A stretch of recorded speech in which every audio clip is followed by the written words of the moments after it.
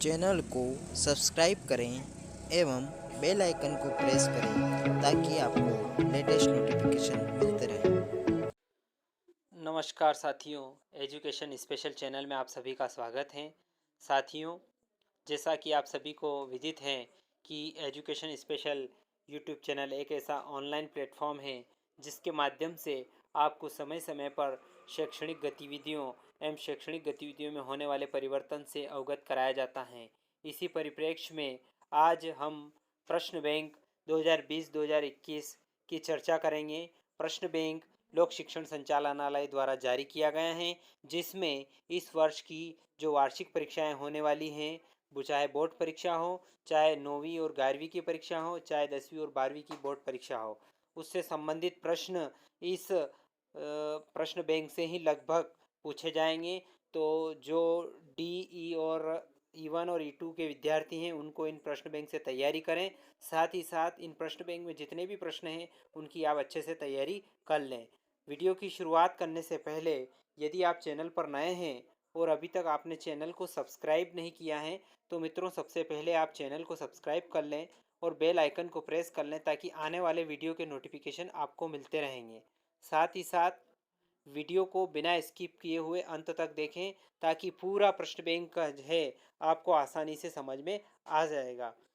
मैं आपको इस वीडियो के माध्यम से एक एक प्रश्न को उत्तर सहित समझाने वाला हूं, इसलिए आप वीडियो को अंत तक देखें, इस वीडियो पर अंत तक बने रहें। आइए हम वीडियो की शुरुआत करते हैं।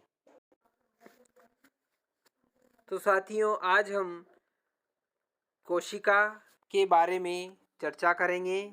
जीवन की जो मौलिक इकाई होती है कोशिका, उसके प्रश्नों के बारे में चर्चा कर रहे थे पहले। इससे पहले एक वीडियो अपलोड किया जा चुका है।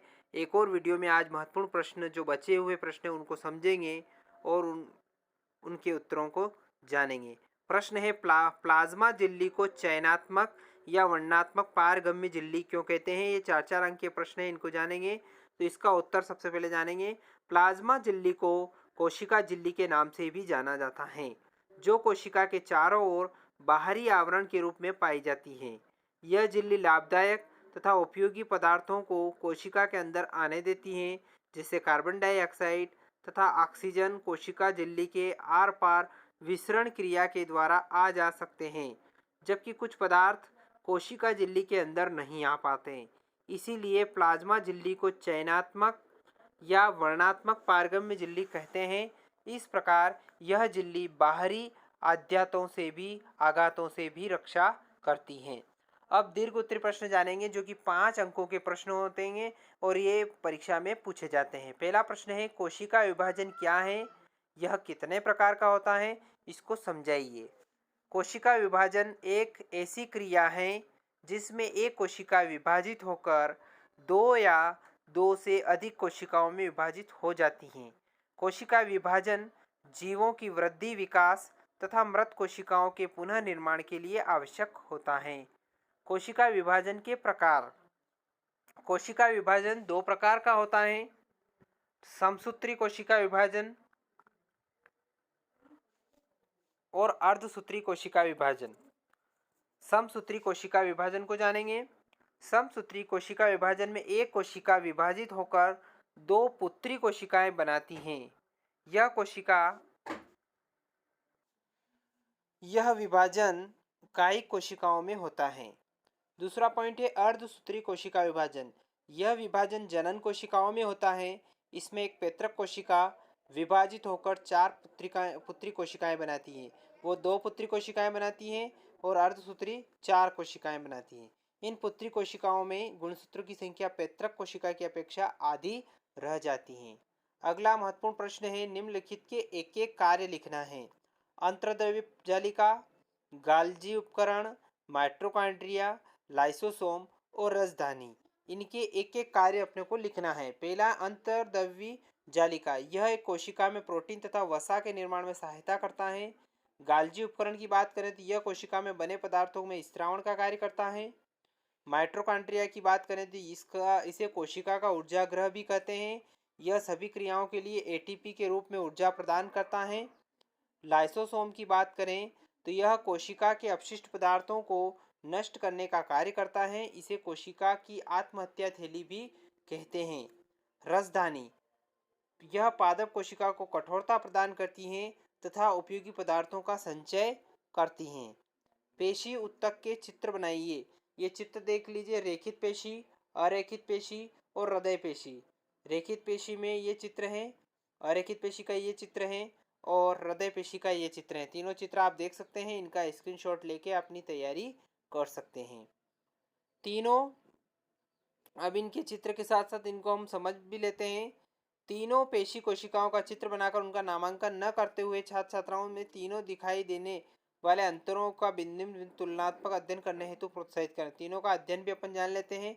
केंद्रक की संख्या एवं स्थिति, गहरी तथा हल्की पट्टियों की उपस्थिति एवं अनुपस्थिति, कोशिका की आकृति बेलनाकार तथा तर्करूप, कोशिका शाखित एवं अशाखित है।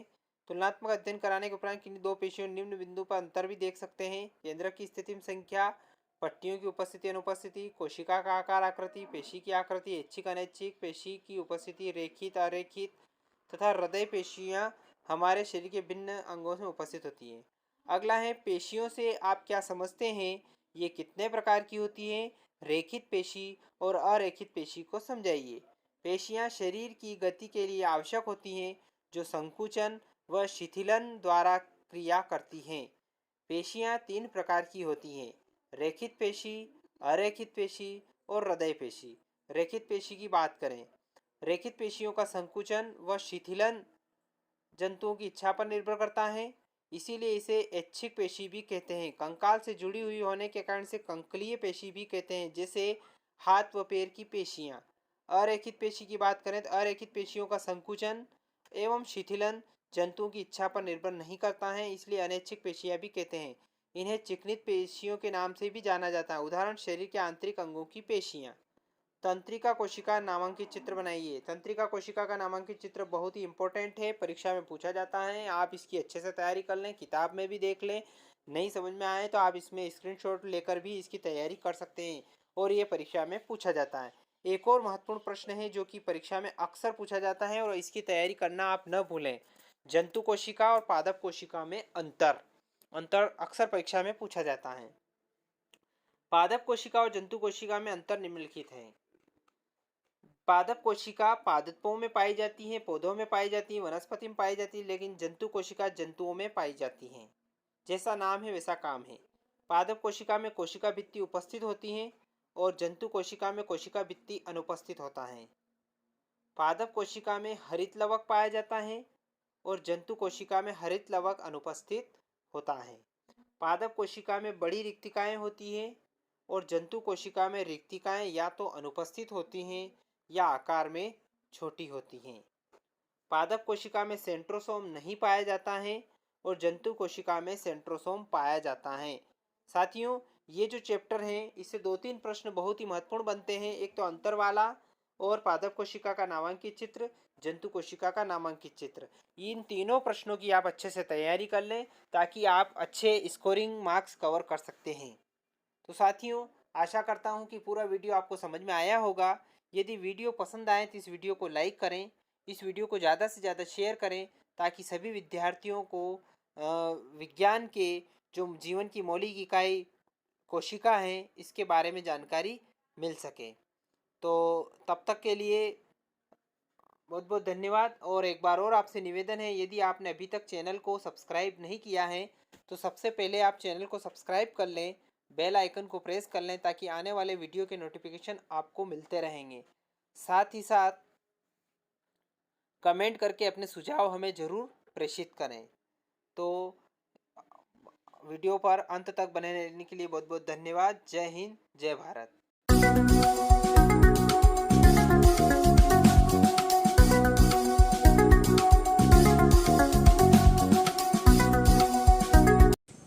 चैनल को सब्सक्राइब करें एवं बेल आइकन को प्रेस करें ताकि आपको लेटेस्ट नोटिफिकेशन मिलते रहें।